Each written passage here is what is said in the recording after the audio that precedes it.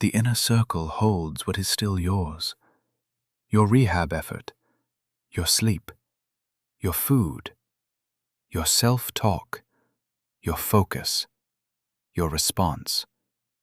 The people you keep close, the questions you choose to ask. Spend your energy proportional to your control. If your mind lives in the outer circle, you will feel powerless. Not because you are weak, but because you are pouring yourself into things no effort can command.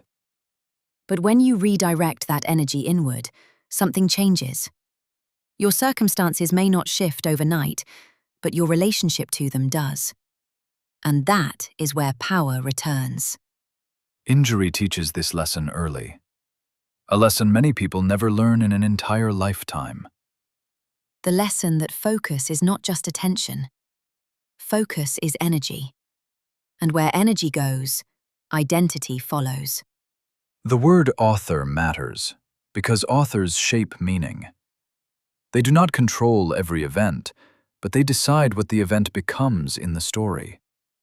Two athletes can suffer the same injury, under the same lights, with the same diagnosis. Yet one emerges fractured in spirit, and the other emerges deeper, steadier, wiser. The injury is not always the difference. The story is. One story says, "This is the end. I am cursed. I am not built for this." And if repeated enough, the story becomes a cage. The other says, "This is a chapter, not the whole book. This is where I learn what I could not have learned any other way. This is where I get real." And lived long enough, that story becomes a road. This shift is not made in one grand revelation. It is made in tiny decisions, almost invisible in the moment. It is doing the rep you do not feel like doing. It is closing the app instead of comparing your pain to someone else's highlight reel. It is texting a friend instead of spiraling alone. It is catching a thought mid-fall and asking, "Is this helping me heal? Or is it only familiar?" It is writing for 5 minutes instead of ruminating for 2 hours. It is celebrating 2 degrees of progress instead of dismissing them because they are not yet 100. Small choices, small moments, small acts of authorship. The victim waits for a dramatic turning point. The author becomes someone new through 1,000 quiet turns. That is how the rewrite happens. So now, picture it. A book open before you. Your story resting on the page. The opening line of this chapter was not yours to choose. Chance wrote it. Biology wrote it. A bad landing, a bad tackle, an unlucky second wrote it. But every sentence after that opening line belongs to you.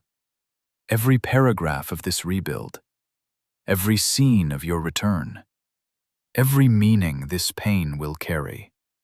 The strongest athletes are not always the luckiest. They are the ones who pick up the pen sooner and who keep writing, even on the days the page feels heavy. That shift is available now. Not tomorrow, not when you feel ready. Now, in the very next choice you make. Because once you understand that you are the author of what this becomes, you stop waiting. You stop waiting for permission, for a feeling, for a sign. You begin. And when the page turns, the work deepens. In the next chapter, the mindset becomes method. The belief becomes ritual. The author picks up tools. The rebuild becomes tactical. The story becomes action. Turn the page when you are ready. The pen is already in your hand.